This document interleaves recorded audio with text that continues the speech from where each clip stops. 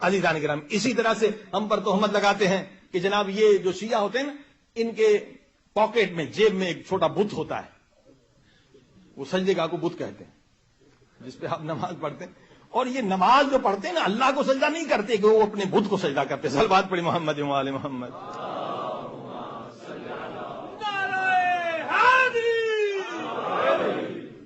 یہ دیکھیے کتنا جھوٹا پروپیگنڈا. اور ظاہر ہے کہ آپ اگر گئے تو آپ تو سجدے گاہ نکالیں گے، تو جس نے بچپن سے سنا ہے کہ یہ بت کو مانتے اسے کہ یہ دیکھو بت اس نے نکالا ہے. دیکھیے اس طرح سے برین واش کیا جاتا ہے. لہذا کئی علماء نے کہا کہ حج پر جائیں، آپ سجدے کا مت لے جائیں، کیونکہ اتنا جھوٹا پروپیگنڈا ہوا ہے کہ جو بھی دیکھے گا آپ کو بت پرست سمجھے گا، مشرک سمجھے گا. آپ وہاں ٹیشو پر بھی سجدہ کر سکتے ہیں، ٹیشو پیپر جو سفید اس پر سجدہ کر سکتے ہیں. اب دیکھیں ہماری شرعی مسئلہ ہے کہ ہمارے ہاں کھانے پینے والی چیزوں پر سجدہ نہیں ہو سکتا، خاک پر سجدہ. اور خاک پر سجدہ جو ہے اہل سنت کے ہاں بھی ثابت ہے، صحیح مسلم میں ہے، سنن ابی داؤد میں ہے. لیکن عزیزان گرامی یہ پبلک کو بتانا چاہیے جو ہم کر رہے ہیں وہ آپ کی کتابوں میں بھی موجود ہے. صلوات پڑھی محمد و آل محمد.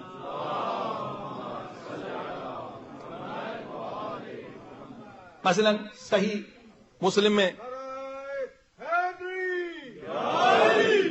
اہل سنت کی دوسری سب سے بڑی کتاب ہے کتاب مساجد باب ہے. اس میں لکھا ہے کہ اصحاب نے شکایت کی، جب ظہر کی نماز رسول خدا پڑھتے تھے تو دھوپ بہت زیادہ ہوتی تھی، جو ریتی تھی گرم ہو جاتی تھی، زمین بڑی گرم ہو جاتی تھی. کہتے تھے ہمارے ہاتھ بھی جلتے، ہمارے پیشانی بھی جلتی ہے، تو کیا ہم کپڑا رکھ سکتے ہیں، کوئی اور چیز رکھ سکتے ہیں؟ کہ رسول خدا نے اس کی طرف توجہ نہ دی. اب وہ رسول جو رحمت للعالمین ہے، اگر جائز ہوتا تو وہ اجازت دے دیتے کہ کوئی چیز رکھ لو.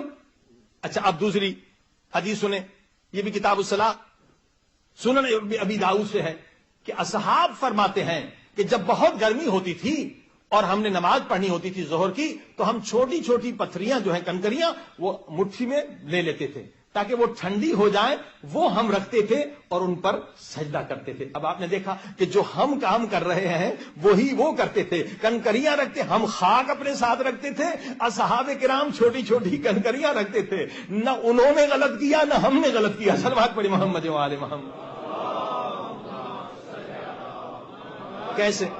کیسے برین واش کیا جاتا ہے، کیسے ذہنوں کو خراب کیا جاتا ہے. عزیزان کرام یہ سب جہالت ہے. مقصد پتا ہونا چاہیے. جو چیز آپ کرتے ہیں اس کا مقصد، فلسفہ اور اس کی تاریخ پتا ہونی چاہیے. کیوں ہم خاک شفا پر سجدہ کرتے ہیں، پر اس کو نہیں کرتے جس کو سجدہ کیا جاتا ہے وہ سامنے رکھا جاتا ہے.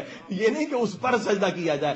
بت پرست جو ہے بت پر سجدہ نہیں کرتے، وہ بت کو سامنے کرتے ہیں اور اس کو جھکتے ہیں. صلوات پڑھی محمد و آل محمد.